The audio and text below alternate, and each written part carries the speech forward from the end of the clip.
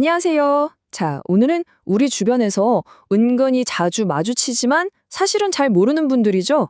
바로 청원 경찰에 대한 이야기입니다. 특히 이분들의 막중한 임무와 개인정보 보호 사이에서 아슬아슬한 줄타기를 하고 있는 법조항 제20조의 이에 대해 한번 속 시원하게 파헤쳐 보겠습니다. 여러분, 혹시 이런 생각해 보신 적 없으세요? 정부 청사나 은행처럼 아주 중요한 곳을 딱 지키고 서 있는 제복 입은 분들을 보면서요. 저분들은 우리가 아는 그 경찰관이 맞나? 하고 말이죠. 과연 같은 경찰일까요? 아니면 다른 분들일까요? 자, 그래서 오늘 우리가 살펴볼 내용이 바로 이겁니다. 먼저 청원경찰이 도대체 누구인지부터 알아보고 왜 이분들을 채용할 때 그렇게 민감한 개인정보까지 필요한 건지, 그리고 그 법적 근거가 되는 시행령 제20조의 이는 뭔지 샅샅이 뜯어볼 겁니다. 마지막으로 그 정보가 구체적으로 어디에 쓰이는지, 또 이 과정에서 보안과 사생활이 어떻게 균형을 맞추는지까지 차근차근 짚어볼게요. 네, 그럼 첫 번째 이야기부터 시작해 보겠습니다. 오늘 계속 이야기할 청원경찰, 이분들이 정확히 어떤 역할을 하는 분들인지부터 확실하게 알아야겠죠? 법에서는 이 청원경찰을 이렇게 정의하고 있어요. 어떤 기관이나 사업장에서 우리 시설 경비가 필요하니 경찰을 배치해 주세요 라고 요청, 즉 청원을 하는 거죠. 그리고 그 비용은 요청한 기관이 부담하고요. 이렇게 특정 구역의 경비를 전담하는 경찰, 이게 바로 청원경찰입니다. 말 그대로 청원에 의한 경찰인 셈이죠. 이분들의 위치가 참 독특한데요. 우리가 흔히 아는 경찰 공무원은 국가가 직접 고용해서 세금으로 운영되잖아요. 그런데 청원경찰은 비용은 민간기관에서 내지만 신분은 경찰이고 관할 경찰서장의 감독을 받습니다. 그러니까 공무원과 사설경비원의 딱 중간 지점에 있는 아주 특별한 신분이라고 볼 수 있는 거죠. 자, 이제 진짜 핵심적인 질문으로 한번 들어가 볼게요. 아니, 도대체 왜 국가가 청원경찰이 되려는 사람의 건강 기록이나 범죄 기록 같은 아주 민감한 개인정보까지 들여다봐야만 하는 걸까요? 이분들이 하는 일을 생각해보면 답이 좀 나옵니다. 그냥 건물 입구를 지키는 수준이 아니거든요.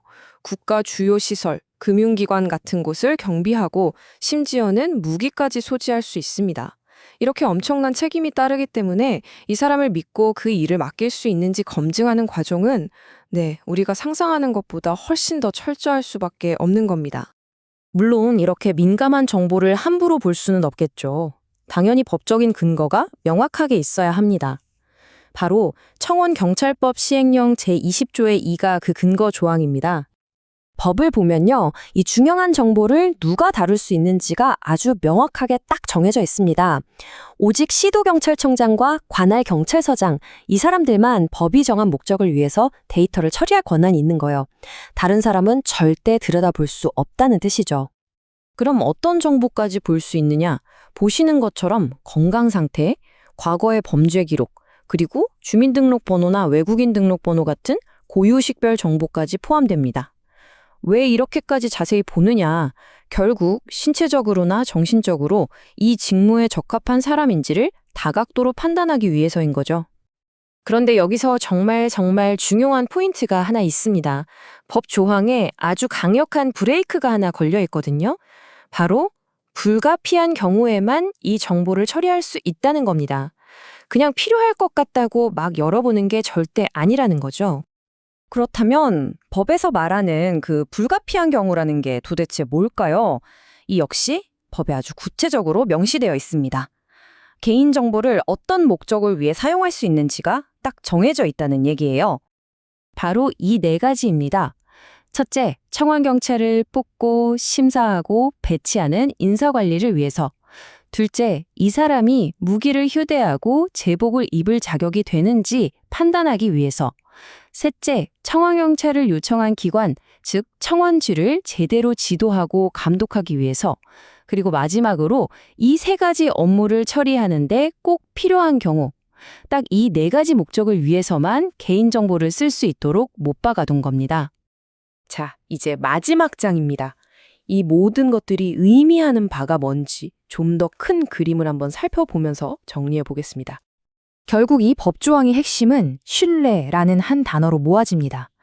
우리의 안전과 직결된 중요한 정보를 지키는 사람이잖아요. 그 사람을 믿을 수 있어야 하고 그 믿음을 확보하기 위해서는 철저한 검증이 필요하다는 것. 그걸 법적으로 뒷받침하는 장치인 셈입니다.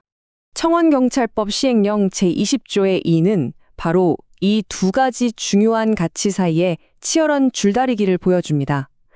사회 전체의 안전을 지켜야 한다는 공공보안의 필요성, 그리고 한 개인의 사생활은 보호받아야 한다는 사생활의 권리. 이 법은 어느 한쪽으로 치우치지 않고 그 아슬아슬한 균형점을 찾으려는 노력의 결과물인 거죠. 결국 질문은 이것입니다. 우리 사회의 가장 중요한 시설들을 안전하게 지키기 위해서 우리는 개인의 정보를 어디까지 들여다보는 것을 허용해야 할까요? 오늘 살펴본 법조항은 우리 사회가 내놓은 하나의 답입니다. 하지만 보안과 사생활, 이 두 가치 사이의 완벽한 균형점을 찾는 것은 앞으로도 우리 모두가 함께 고민해야 할 중요한 숙제가 아닐까 싶습니다.